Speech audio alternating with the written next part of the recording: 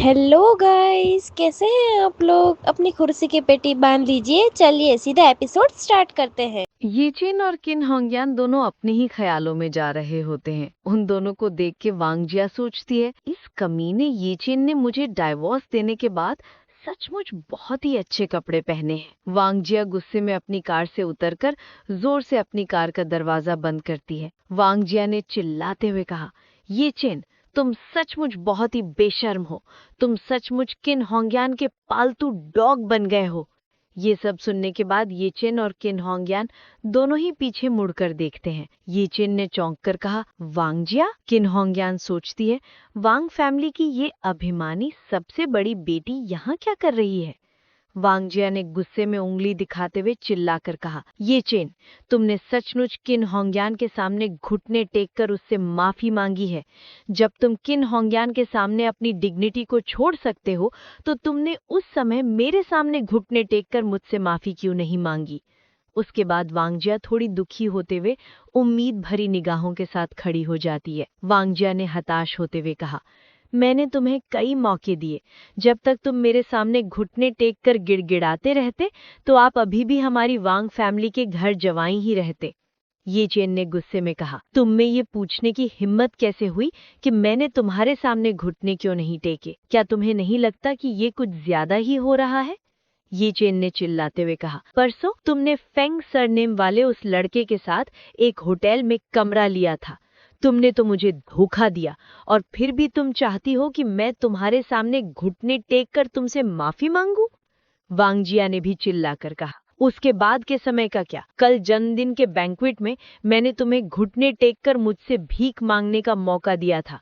जब तक तुम घुटने टेक कर माफी मांग लेते तो मैं दादी से कहती कि वो तुम्हें डाइवोर्स न दे, जिससे तुम अभी तक मेरे हस्बैंड रह सकते थे। वांगजिया ने किन होंगयान को उंगली दिखाते हुए कहा, वेस्टलेक होटल में भी अगर तुम मेरे सामने घुटने टेक कर भीख मांग लेते तो मैं पुलिस को नहीं बुलाती। दोनों के सामने घुटने टेकने पड़ते हैं, तो तुमने उसके सामने घुटने टेक कर भीख क्यों मांगी, लेकिन मुझसे भीख क्यों नहीं मांगी। मैं तो तुम्हारी पत्नी थी। क्या तुम्हारे लिए अपनी पत्नी के सामने घुटने टेकना इतना शर्मनाक है। ये जिन ने गुस्से में कहा, पत्नी के सामने घुटने टेकना बिल्कुल शर्मनाक नहीं है, लेकिन बेवफा पत्नी के सामने घुटने टेकना बहुत ही ज्यादा शर्मनाक है। पिछले 3 सालों में मैंने तुम्हें हद से ज्यादा लाड प्यार से बिगाड़ दिया है। वांगजिया ने चिल्लाते हुए कहा, क्या तुमने मुझे बिगाड़ा। साफ तौर पर मैंने ही तुम्हें बिगाड़ा है। मुझे तुम्हारे साथ इतना अच्छा व्यवहार नहीं करना चाहिए था, जिसकी वजह से तुम अब इतने बदतमीज बन गए हो। अब वांग फैमिली के लोग मुझे तुमको ठीक से ना संभालने के लिए दोषी ठहरा रहे हैं। ये चेन बिना कुछ बोले बस वांगजिया की बकवास सुन रहा होता है। वांगजिया ने चिल्लाते हुए कहा, है घर जवाई, अगर मुझे पहले पता होता तो मैं तुम्हें हर दिन घुटने टेक कर मेरे पैरों को पानी से धोने के लिए मजबूर करती। ये सब सुनने के बाद भी ये चेन कुछ भी नहीं बोलता है, लेकिन किन होंगयान गुस्से वांगजिया को एक जोरदार थप्पड़ लगा देती है।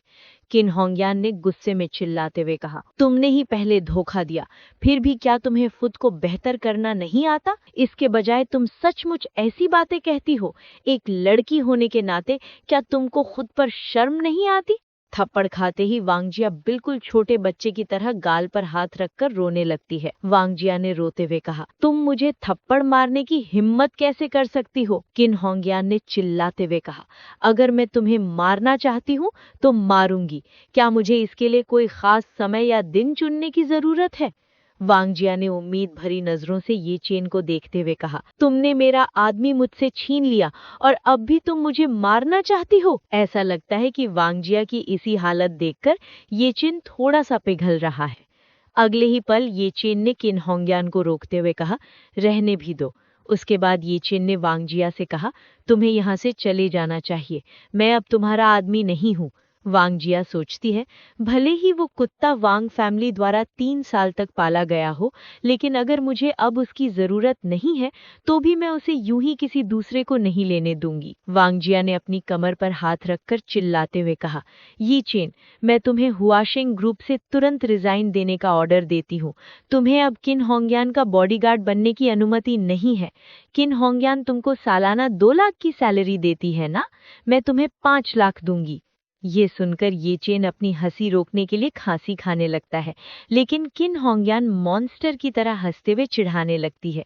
किन होंगयान ने हंसते हुए कहा, क्या तुम उसे 5 लाख के साथ अपने कब्जे में लेना चाहती हो? किन होंगयान ने शांत होते हुए कहा, ये चेन को 5 लाख में अपने साथ रखने की चाह रखना क्या तुम कुछ ज्यादा ही भोली नहीं बन रही हो? अगर एक और शून्य जोड़ने पर भी शायद ये पर्याप्त नहीं होगा। इतना कहते ही वो दोनों पीछे मुड़कर जाने लगते हैं, लेकिन वांग जिया अभी भी वहीं खड़ी रह जाती है। वांग जिया सोचती है, क्या ये चेन की बॉडीगार्ड के तौर पर सालाना सैलरी 2 लाख नहीं बल्कि 5 मिलियन है? क्या किन होंगयान पागल हो गई है? वांग जिया ने चिल्लाकर कहा, ये चेन वेट। इतना कहने के बाद भी वो दोनों नहीं रुकते हैं, तो वांग जिया ही ये चेन के पास पहुंच जाती है, फिर तुरंत ही उसका हाथ पकड़कर रोकने लगती है। वांग जिया ने कहा, ये चेन, तुमको आज ही हुआशेंग ग्रुप से रिजाइन देना होगा। वांग शाओजी को तुम्हारे द्वारा घड़ी बेचने के एविडेंस पहले ही मिल चुके हैं। पुलिस के हवाले किए जाने के बाद तुम्हें सजा सुनाई जाएगी। एविडेंस के बारे में सुनकर ये चेन थोड़ी देर के लिए चौंक जाता है, लेकिन ज्यादा प्रतिक्रिया नहीं देता है। इसीलिए वांग जिया ने चिल्लाते हुए कहा, अगर तुम मेरी बात मान लेते हो, किन होंगयान को छोड़कर मेरे साथ वांग फैमिली में वापस आ जाते हो और मेरे पर्सनल बॉडीगार्ड बन जाते हो, तो मैं वांग शाओजी से तुम्हें बरी करवा सकती हूँ। ये चेन ने अपना हाथ छुड़ाकर दूर जाते हुए कहा, तुम्हारी दयालुता के लिए थैंक यू, लेकिन मैं वास्तव में तुम्हारे पर्सनल बॉडीगार्ड का काम नहीं कर सकता। इतना सुनते ही वांग जिया ने ये चेन का हाथ फिर से पकड़ने की कोशिश की, लेकिन ये चेन ने गुस्से में कहा, मैं तुम्हें दूसरे लड़कों के साथ होटल के कमरे में जाते देखकर तुम्हारी प्रोटेक्शन की गारंटी नहीं दे सकता हूँ। वांग जिया ने चौंक कर कहा, तुम तो, लेकिन वो अपनी बात पूरी नहीं कर पाती है। कुछ पल बाद ये चेन कार में बैठकर कहता है, अगर वांग शाओ जी के पास एविडेंस है तो वो मेरे खिलाफ जैसे चाहे मुकदमा कर सकता है। अपनी बात पूरी करते ही ये चेन कार लेकर वहां से निकल जाता है और वांग जिया वहीं पीछे चिल्लाते रह जाती है। वांग जिया ने चिल्लाकर कहा, ये चेन, तुम्हें जाने की इजाजत नहीं है। उन लोगों के जाने के बाद वांग जिया वहीं खड़े खड़े सोच में डूब जाती है। वांग जिया सोचती है, किन होंगयान द्वारा 5 मिलियन खर्च करना निश्चित रूप से ही ये चेन को अपना बॉडीगार्ड बनाने जितना आसान नहीं है। ये संभव है कि वो ये चेन को अपने प्रेमी के रूप में इस्तेमाल कर रही है। वांग जिया ने खुद से कहा, ठीक है किन होंगयान, प्रेसिडेंट ये जैसे सीईओ बॉयफ्रेंड होने के बावजूद तुम आवारा लड़कों की तलाश में रहती हो, लेकिन तुम मुझे कहती हो कि मुझ में शर्म की भावना नहीं है। शर्म की भावना तो तुम में ही नहीं है। वांग जिया ने अपनी आंखों से बहते आंसुओं के साथ कहा, ये चिन भी एक कमीना इंसान है। ये जानते हुए भी कि किन होंगयान का बॉयफ्रेंड है, फिर भी वो उसका प्रेमी बनने को तैयार है। मैं बहुत गुस्से में हूँ। किन होंगयान से मैं किस मामले में कम हूँ? फिर सीन बदलता है। युनजाऊ शहर के 7th स्ट्रीट का एरिया दिखता है। युनजाऊ की 7th स्ट्रीट एक कुख्यात झुग्गी बस्ती है। साथ ही ये वो जगह है जहां सार्वजनिक सुरक्षा की स्थिति सबसे खराब है। यहाँ गरीब लोग भी रहते हैं और बड़े बड़े लोग भी रहते हैं। युनजाऊ शहर में अंडरवर्ल्ड में हर कोई ये कहावत सुनता है कि युनजाऊ में चाहे कितनी भी अराजकता हो, फाइनल डिसीजन ब्रदर गुआ का ही होता है। जब ब्रदर गुआ कोई बैग लेकर चलता है तो उसमें या तो किसी इंसान का सिर होता है या फिर चाकू। इस समय शाओजी वहां उसी गुआ से मिलने के लिए आता है। शाओजी ने दरवाजा खोलते हुए कहा, हेलो ब्रदर गुआ। गुआ ने अपनी सिगरेट पीते हुए कहा, ओ यंग मास्टर वांग, आपका स्वागत है। आपसे मिलने के लिए बाहर न आने के लिए क्षमा करें। शाओजी ने घड़ी का बॉक्स आगे करते हुए कहा, मैं ब्रदर गुआ के साथ एक सौदा करने यहाँ आया हूँ। ये रिचर्ड मिल की घड़ी है जिसकी कीमत 5 मिलियन से अधिक है। शाओजी ने घड़ी का बॉक्स ओपन करके दिखाते हुए कहा, मैं इसे ब्रदर गुआ को 4.5 मिलियन की अच्छी कीमत पर बेचने की योजना बना रहा हूँ। शाओजी बैठते हुए कहा, लेकिन आप ये नहीं कह सकते कि मैंने इसे आपको बेचा था। बस आपको इतना कह देना है कि ये चेन नाम की किसी व्यक्ति ने इसे आपको बेचा है। गुआ ने मुस्कुराते हुए कहा, तुम्हारे चेहरे पर जो चोट है वो उसी यी चेन नाम के उस आदमी ने तुम्हें दी है। शाओजी ने गुस्से में कहा, ब्रदर गुआ का अंदाजा बिल्कुल सही है। वो हमारे दूसरे चाचा की फैमिली का घर जवाई है जो उनके साथ ही रहता है। अपनी इज्जत बचाने के लिए वांग फैमिली इस मामले को उजागर नहीं करना चाहती, लेकिन मैं इस गुस्से को बर्दाश्त नहीं कर सकता। मुझे उसे जेल भेजना है। गुआ ने अपनी सिगरेट से धुआं उड़ाते हुए कहा, मैं इस मामले में आपकी मदद नहीं कर सकता। मास्टर लियू ने कहा है कि दूसरों के फैमिली मैटर में दखल ना दूं। ये संभव है कि मदद करने के बाद वो फैमिली मेंबर अंत में सुलह कर ले और हम जिन्होंने काम किया वही एकमात्र पापी बन जाएं।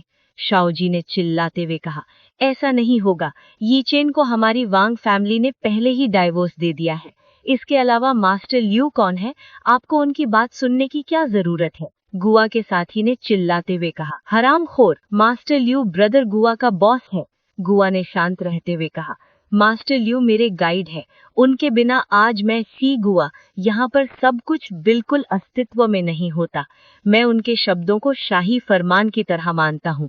तुम्हें इस काम के लिए किसी और को ढूंढ लेना चाहिए।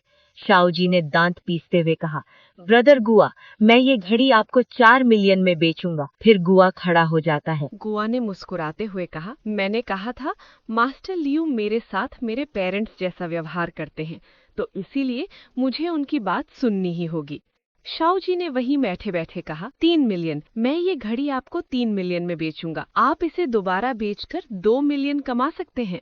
घड़ी की कीमत इतनी कम होती देखकर गुआ के मन में लालच आ जाता है। गुआ ने मुस्कुराते हुए कहा, मास्टर लियू ने कहा था कि जब अंडरवर्ल्ड में शामिल हो जाओ तो कभी भी पैसे के खिलाफ मत जाओ। स्वर्ग भी बहुत विशाल है, पृथ्वी भी विशाल है, इसीलिए पैसा कमाना सबसे बड़ा काम है। यंग मास्टर वांग, मैं ये काम स्वीकार करता हूँ। फिर सीन बदलता है, जहाँ एक कार दिखती है जिसमें ये चेन और किन होंगयान जा रहे होते हैं। ये चेन ने बिना किसी भाव के कहा, अब से मेरे ऑर्डर के बिना तुमको वांगजिया को दोबारा मारने की इजाजत नहीं है। किन होंगयान सोचती है, क्या प्रेसिडेंट ये अपनी एक्स वाइफ के लिए दुखी है? किन होंगयान ने पूछा, प्रेसिडेंट ये आपके साथ उसने ऐसा व्यवहार किया, क्या आप उससे नफरत नहीं करते? आज का अपना सफर यहीं तक का था। अब फिर मिलेंगे नेक्स्ट एपिसोड के साथ। Thanks for watching our videos. Please like and subscribe guys.